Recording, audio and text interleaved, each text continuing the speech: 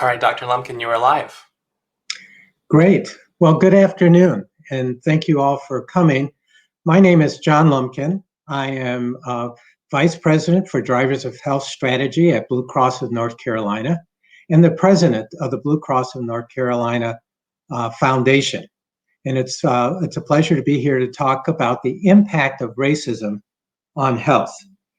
And so let me go to my slides and start off with saying that this has been quite a time for us over the last 15 months as we have lived through an experience that our nation has not seen in the last 100 years. And that experience is related to the impact of COVID. And we all know that COVID has certain risk factors due to age, chronic illness, obesity, diabetes, lung disease, kidney or liver disease. However, what we also learned is that race and ethnicity is associated with increased mortality associated and morbidity, which is injuries that occur due to illness based upon race and ethnicity. And for Black people in this country, the risk of that is twice as high as it is for white Americans. When we look at other causes of mortality, so in the United States, we can see that all-cause mortality is significantly higher for Black people in the United States and also in my home state of North Carolina. And this is true across many factors. One of the factors that has influence upon race and ethnicity, upon mortality, is education. The more education someone has, on average, the longer they will live. Yet we know that there is a significant difference between Blacks and whites in their mortality, even when they have education. And in fact, the differences between mortality increase with the level of education. So why does this happen?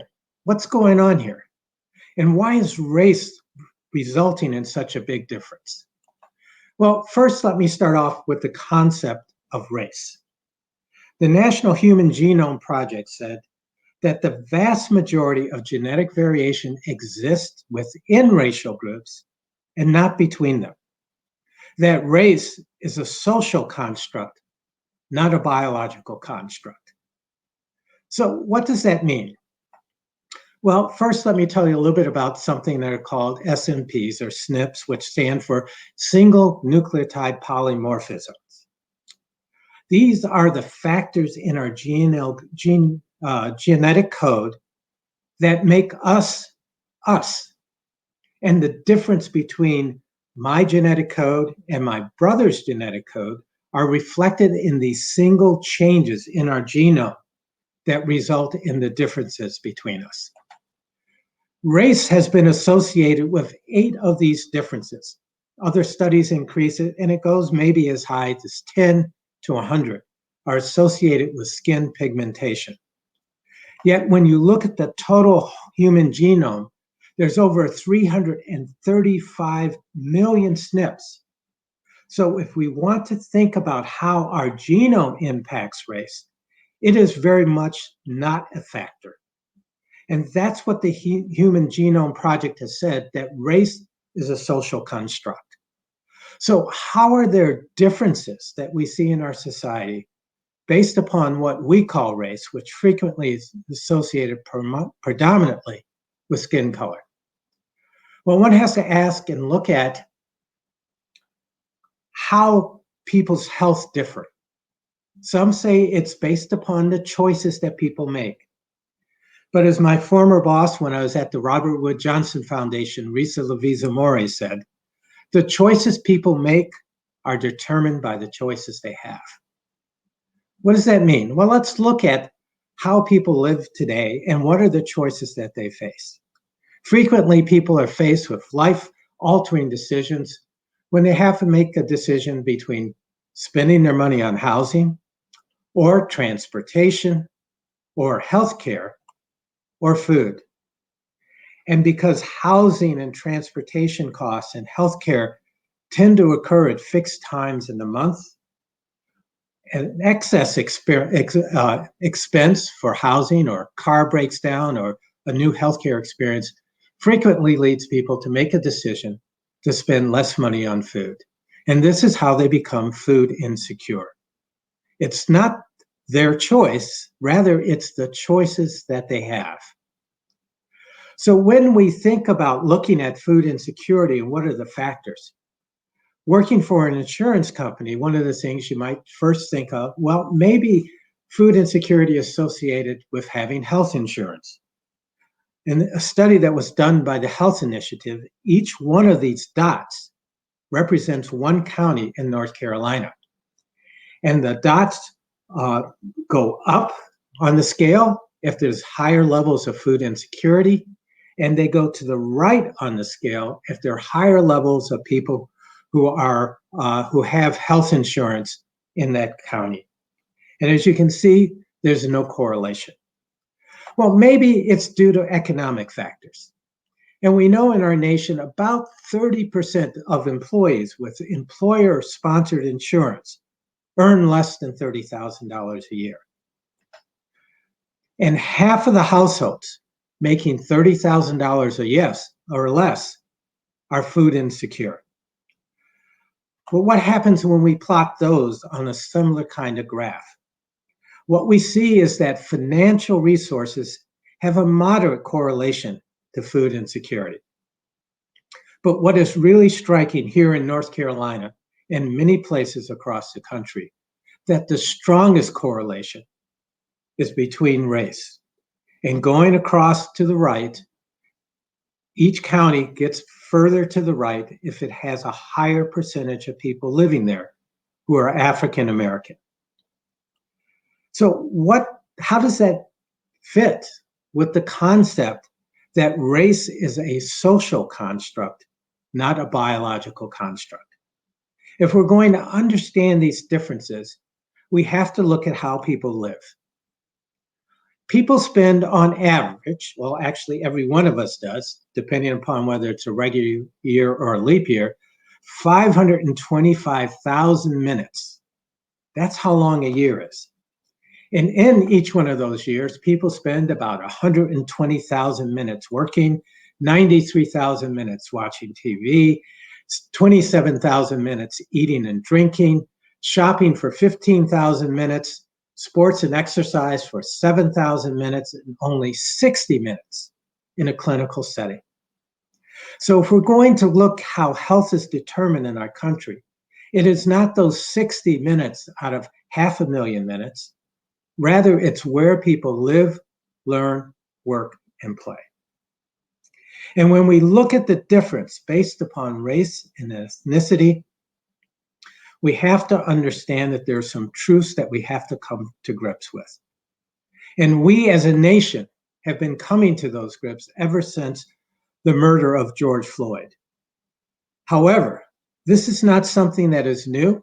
And for those who have lived in the society for any length of time, race, although not addressed, has been an issue. And as James Baldwin said in 1962, that not everything that is faced can be changed, but nothing can be changed until it's faced. So what is that reality that we have to face? All of us can remember that Crispus Attucks was the first person killed in the American Revolution.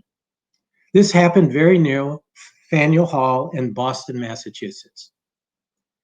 Yet the cultural experience, almost over 200 years later, of Black Americans are less tied up with this act of violence, as much as this act of violence that occurred in 1976 and captured by Stanley Forman in a Pulitzer Prize-winning photo. This is a photo of a Black American.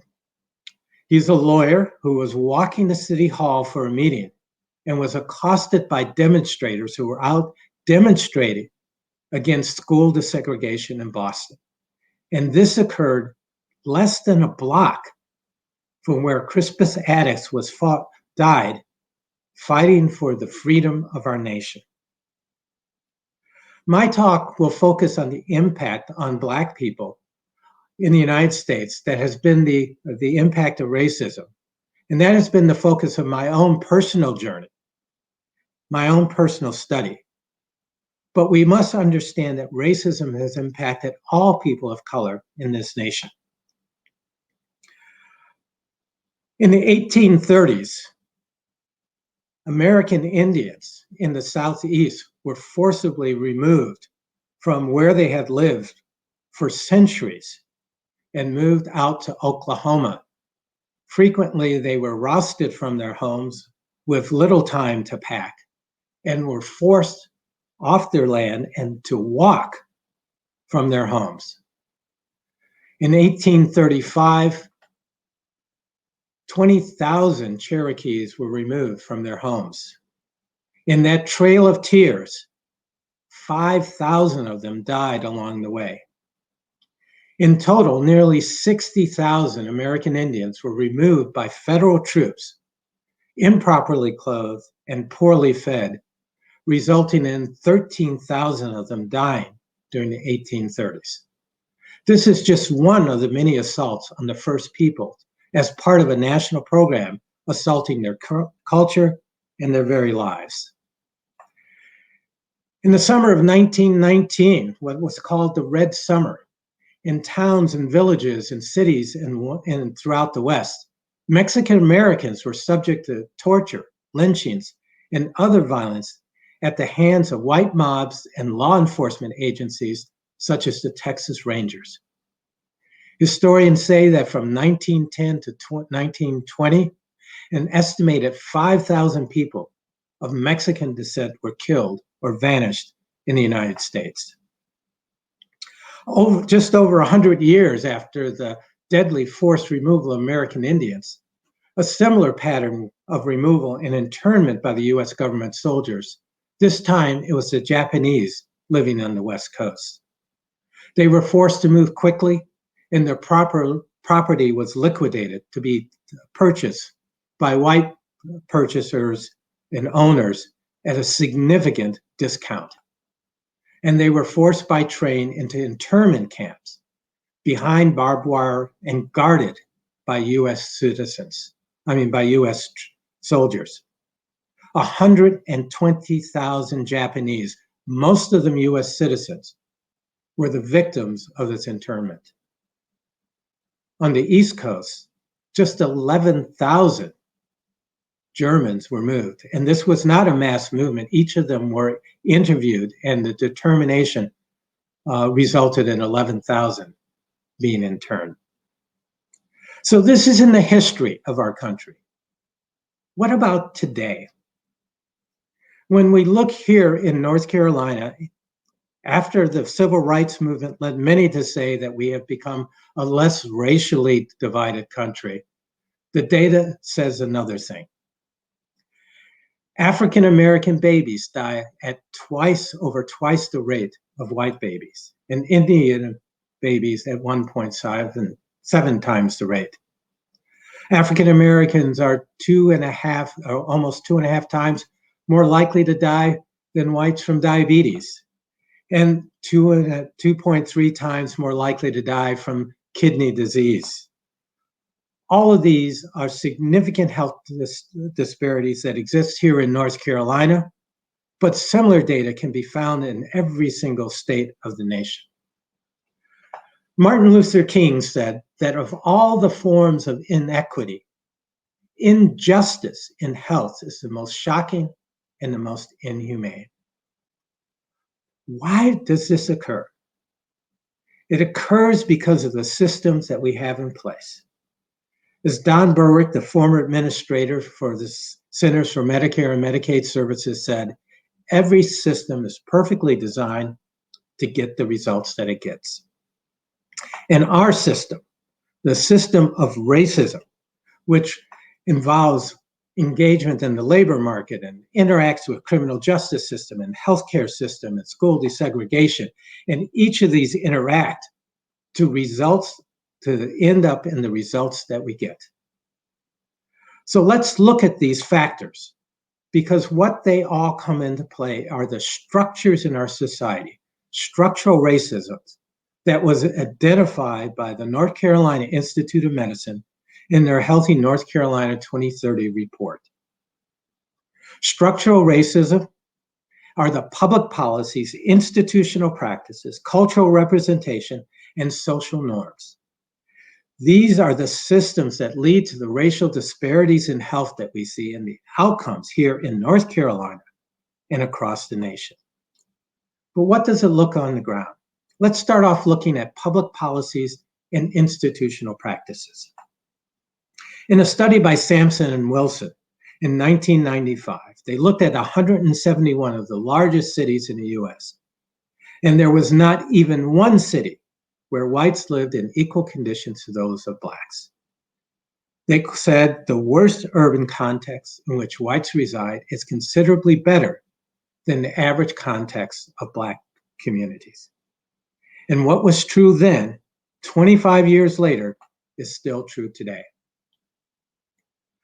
Let me show you this map. This is a map of North Carolina, my home state. In this map, the darker areas show those counties that had the highest percentage of enslaved people in 1860. Compare that map to today, where this map shows those counties where people which have the largest percentage of blacks in the county in 2017. And what is really particularly striking is that when we take it to today and look at the county tier system that is in place in North Carolina, in other words, tier 1 counties are those counties that have the highest rate of economic challenge. It is exactly the same counties that had the largest percentage of enslaved people back in 1860.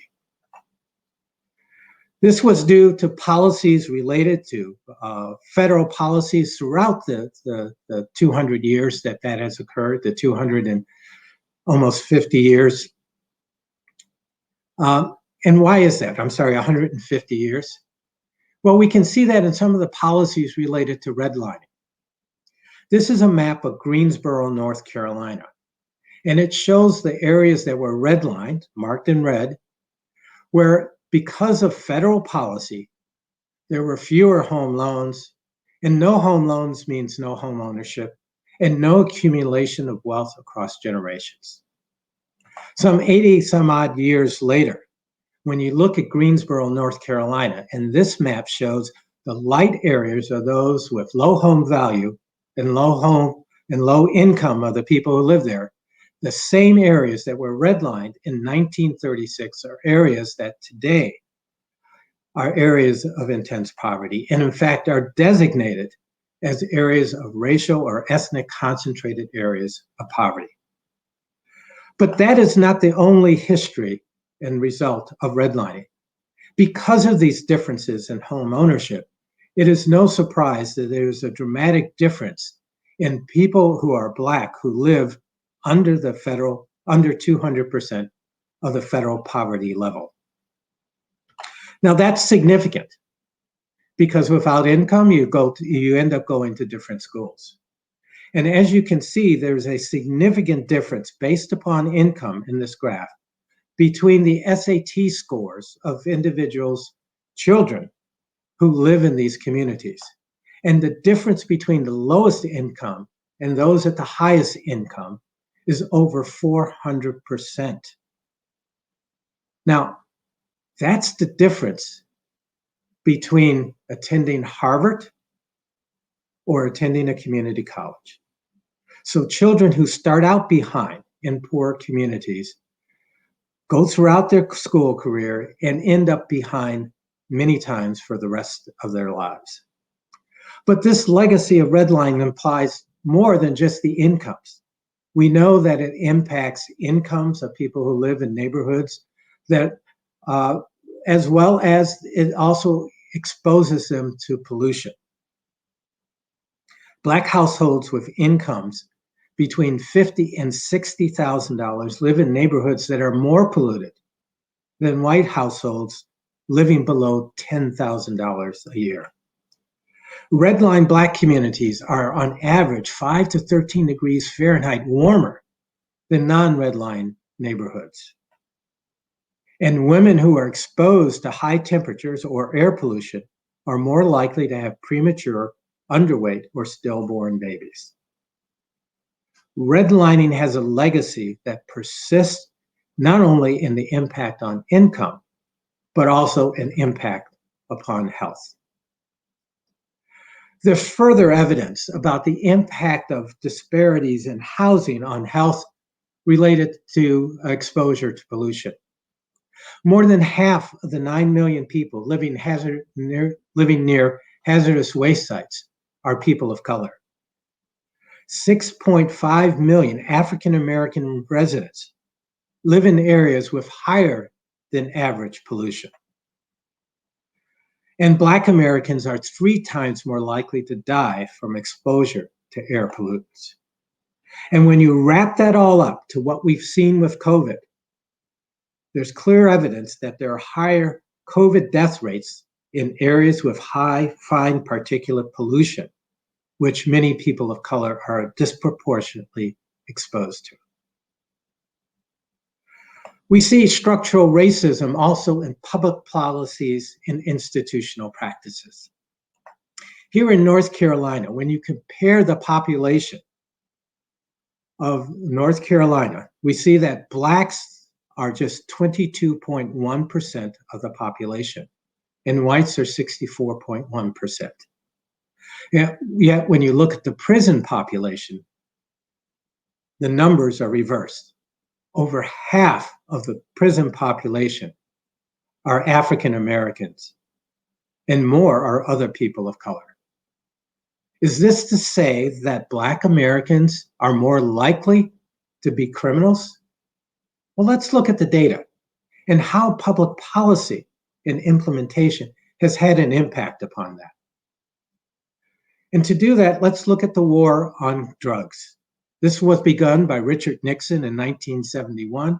And when we look at the impact 50 years later, we begin to understand what we mean by structural racism.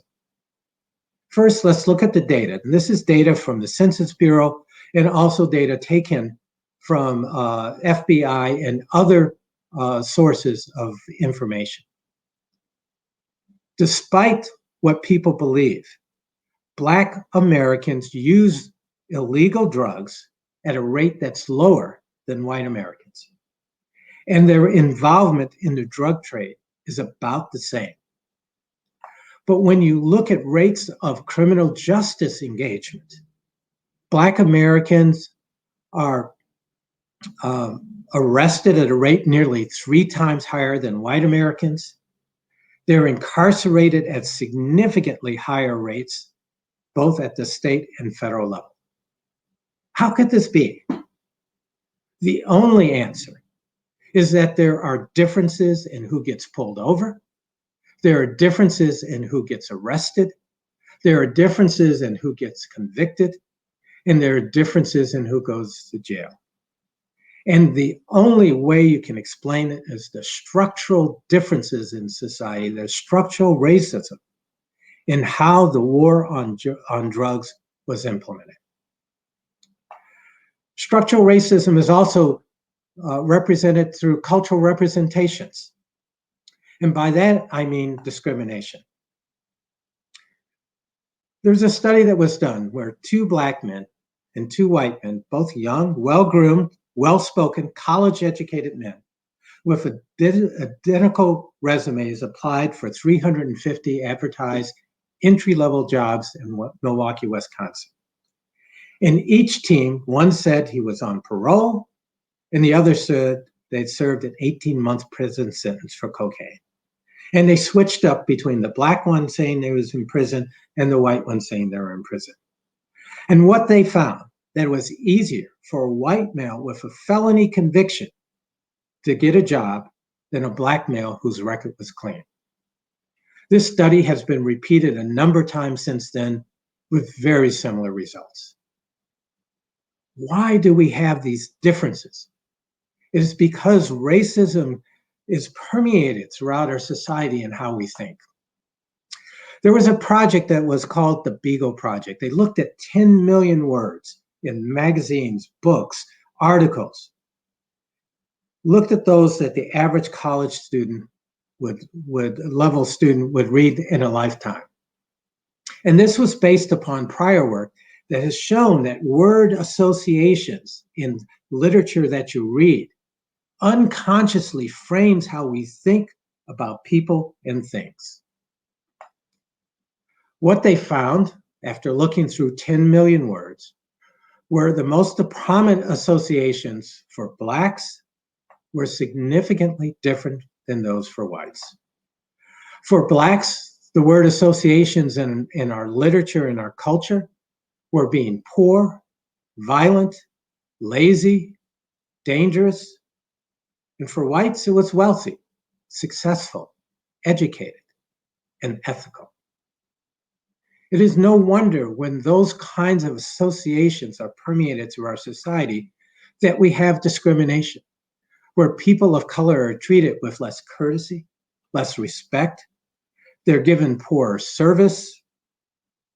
They're considered not to be smart, but people will be afraid of you. And this is not uncommon for Black men, where some white people will walk on the other side of the street when they see them coming down. Will be considered dishonest, more likely to be arrested by the police.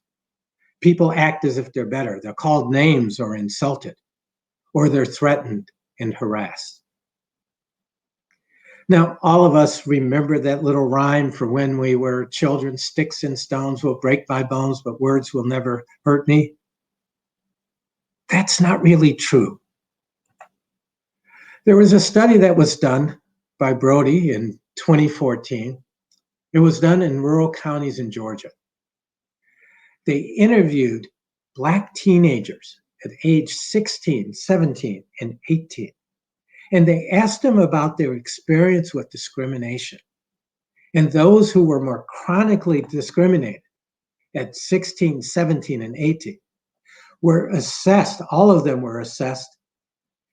And for those who were more chronically discriminated, those individuals had elevated stress hormones, elevated blood pressure, and elevated body mass index. In other words, more likely to be overweight and obese, putting them on the road to poor health in the future.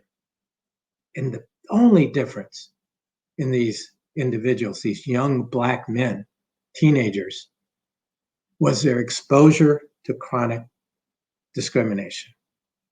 Discrimination in numerous studies have been associated with things such as coronary artery calcification, which leads to heart attacks, C-reactive protein, which is a measure of stress and wear and tear in the body, higher blood pressure, lower birth weight, cognitive impairment, especially as they age, poor sleep, mortality, higher rates, and more likely to be obese. All of these lead to more chronic illness, more obesity, more diabetes, more lung disease, and more kidney disease, which, as you remember from earlier on, are closely associated with higher risks of death and serious illness during the COVID. So let's go a little bit further and look at other impacts and factors related to structural racism, and look at some of the institutional practices in social norms and how they result in poorer health outcomes. Adverse childhood experiences in early childhood, have been demonstrated to have impact on a child and how they live. But in studies that have been shown with functional MRIs, so brain studies of the brain that look at how the brain functions, shows dramatic differences between the normal on the left and the child who is exposed to adverse childhood experiences on the right. These experiences have an impact upon the child throughout their life. What are adverse childhood experiences? Family financial distress, death or incarceration of a parent, exposure to violence in the home or in the neighborhood, living with someone who's mentally ill or has substance use disorder, or being treated unfairly or judged unfairly based upon race and ethnicity. Look at the first two, or the first and the last. Family financial distress. As I've shown, Black Americans are more likely to be living below 200% of poverty. And as I've also demonstrated, more likely to be exposed to being judged unfairly due to the race or ethnicity. And this happens even at the age in which children are in preschool. So this happens throughout their lives. What we see in North Carolina, and it's true in states across the nation, that the percent of children with 2 or more adverse experiences is more than twice as high amongst Black children in North Carolina as it is amongst white children. And the reason why that number is significant is that when you look at the data for the impact of adverse childhood experiences, that behavior problems are associated with children who've had these adverse childhood experiences in the K through 12 environment. These include attention problems in the classroom, social problems, being aggressive, and rule breaking.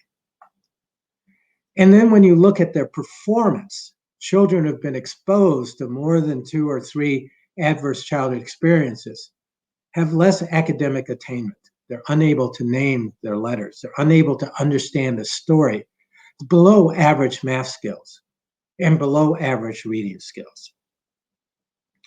The assumption would be that this would be something that would be recognized by the educational system and treatment would be provided. But no. The way our educational system has treated those who have behavioral problems is not as a cry for help, but with exclusion and suspension. The rate of exclusion for children in K through 12 in North Carolina is 4 times that higher for Black children than it is for white children. And this is something that happens not only in K through 12, but also happens as early as preschool. It's a little bit harder to measure, but let me just share with you a story. This is a story, and I'll call him Jimmy.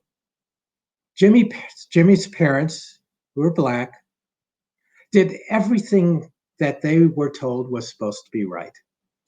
They enrolled Jimmy in child care right after birth so they could get in one of the best preschools. But by the time Jimmy was 4, he had grown taller than most of the other kids. And the teacher remarked to the parents when he started preschool at age 4, "My, he's a big one. I'm going to have to keep my eye out on him." And anytime he asked even an age-appropriate question that was considered to be challenging by the teacher, he was sent to the headmaster of the preschool. That is when the headmaster was available. And when he wasn't, Jimmy was sent to the cook, who was the only other Black employee. For Jimmy, this story turned out okay. His parents removed him from the school, and he's doing much better in another institution. But this is a classic case of how Black children are pushed out, and young Black men and young Black girls are not only adultified, but they're demonized in our educational system, leading to poor educational outcomes. But it doesn't have to be this way. In 1972, across the Carolinas, there was a project that was started based at the University of North Carolina, Chapel Hill, called the ABC Darien Project. In this project, economically disadvantaged children were randomized to normal care and into another group into a safe and nurturing environment. An environment where they were given good nutrition, pediatric care, and quality early childhood education. The project intervention lasted only until they entered school. But when they followed these same children, at age 21, They had better scores. They had more educational attainment. There was less teenage pregnancy, less marijuana use, and fewer depressive symptoms. And when they followed them out to age 35, there were fewer of these children, now adults, who had diabetes or metabolic syndrome, and there was more individuals with bachelor degrees and higher paying jobs. There are things that we can do to make a difference. We can begin to dismantle the structures in our society that lead to these inequitable outcomes. But we have to have the will. 2,600 years ago, Plato said, when equality is given to unequal things, the resultant will be unequal. And that is shown in this graphic from the Robert Wood Johnson Foundation, where frequently we talk about treating people equally, yet if you give everyone the same bike, not all of them will be able to use it. We know that we have to craft the resources we provide to the communities based upon their needs. And for those of us in health, it shouldn't seem like it's such a heavy lift to get to that point. Think about prescribing someone, as I have done when in my clinical days, with insulin. No one would ever consider giving every single person the same dose of insulin. Why do we think differently about the other interventions in our society that can make a difference about an individual's health? We can do different. I know many of those who are in the housing field are aware of the Moving to Opportunity experiment that was done by HUD. And this is where poor children with their families were moved to lower poverty neighborhoods. And these children, when they grew up, had a 31% higher annual incomes, 300,000 greater lifetime earnings. They were more likely to go to college, and the girls were less likely to become single mothers. We can do better. We can improve our health, but only by addressing the health impact of, only by recognizing that addressing the health impact of racism requires dismantling barriers and changing policies both inside the health system, that's 60 minutes on average, and outside the healthcare system, where people live, learn, work, and play. So at this point, that's the end of my presentation, and I'd like to, if I can switch over to see if there are any questions or comments. And please put them in the chat. Ah, there they are. Okay.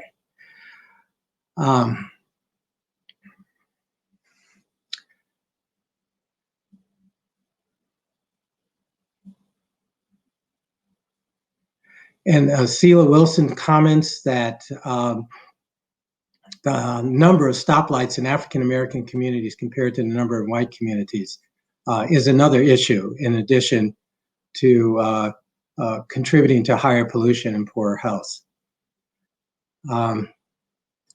And word association, in reality, there's only one race of humans. Absolutely true. Do you think racism in situations only when one is discussing human beings as opposed to colorized classifications of people would begin to decrease some of the power associated with the word racism? I think we have to talk about race. We have to talk about race because regardless of what I think, when I walk down the street, people are judging me based upon my race and ethnicity, not on where I went to school or what I do as a profession. And this happens to our children in the schools. It happens to people on the street. And until our nation has a discussion about race on an ongoing basis and begins to change these structures in our society that lead to the inequities and the health differences that we see, we will not be able to make progress.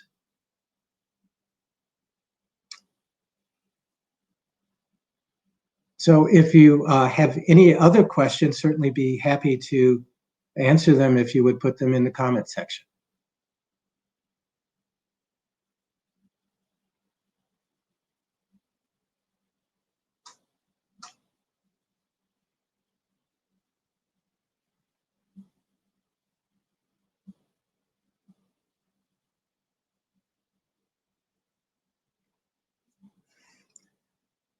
Arden says, thank you very much, Dr. Lumpkin. Are the various data points by race the same in cities, towns, and rural communities?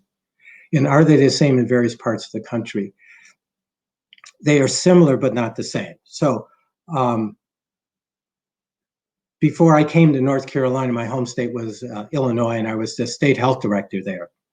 What we see in Illinois is that many of the rural communities, particularly in southern Illinois, have similar kinds of inequities based upon distance, but the rural communities tend to have very small numbers of people of color.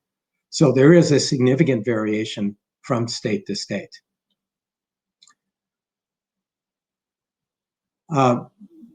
Lauren asks, says she's thankful. Thank you, Lauren.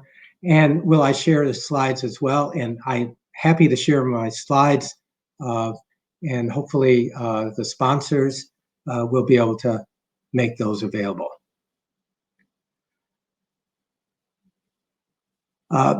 Celia also points out there's a gap in culturally specific behavioral health scales, which is always blamed on lack of finances. And that's absolutely true. You know, an interesting fact that just really completely blew me away that I learned a few months ago was that the compensation that are given to NFL athletes are significantly influenced by the culturally different references based upon race. In other words, assuming a lower mental functioning level for Black athletes has led them to be compensated less for the same level of mental deterioration. That's an example of how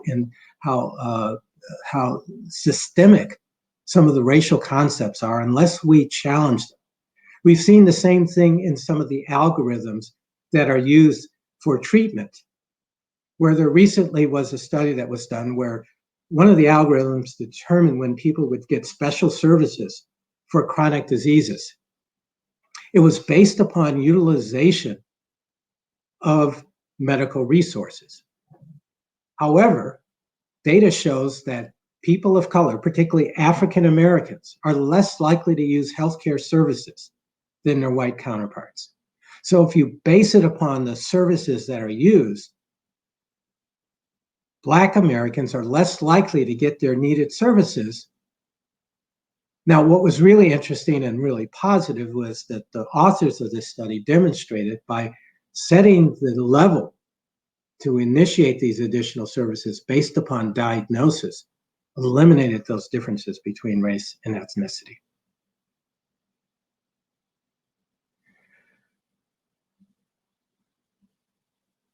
Lauren, again, thank you. Fran writes, do I think a single-payer health system would help shape racial equity in healthcare? I think that that's a different issue.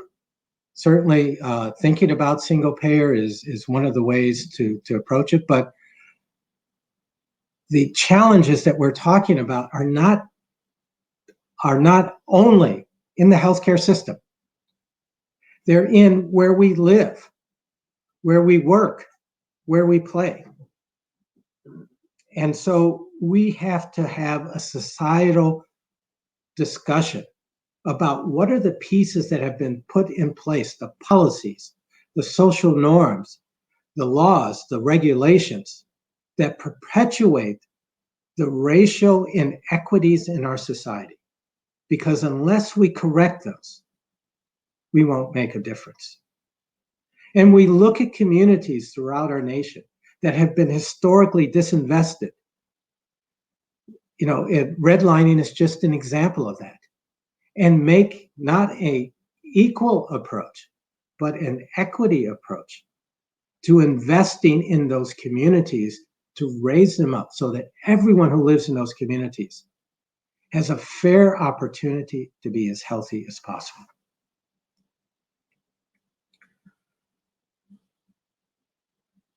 Magdalena says, how does being part of multiple discriminated groups, women, Black, queer, Black, play an additional factor in health and access to treatment?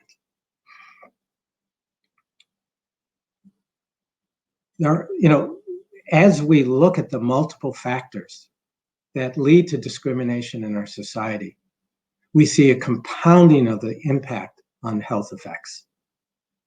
And that is based upon race, it's based upon ethnicity, and it's based upon gender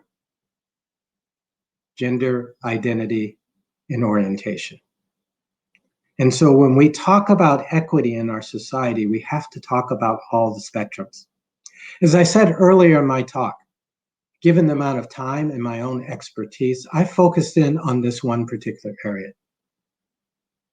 But the goal of health equity means that everyone in our society has a fair opportunity to be as healthy as possible. Where I work at Blue Cross, we say we are looking to improve the health and well-being of our members and communities where they live. But we further go on to say we won't rest until everyone has access to fair, quality health care.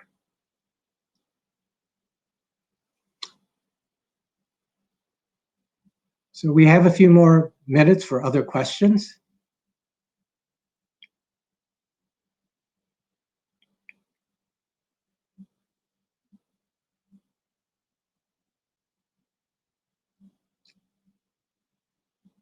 Seeing no further questions, I'd like to thank all of you so much for spending time with me this afternoon.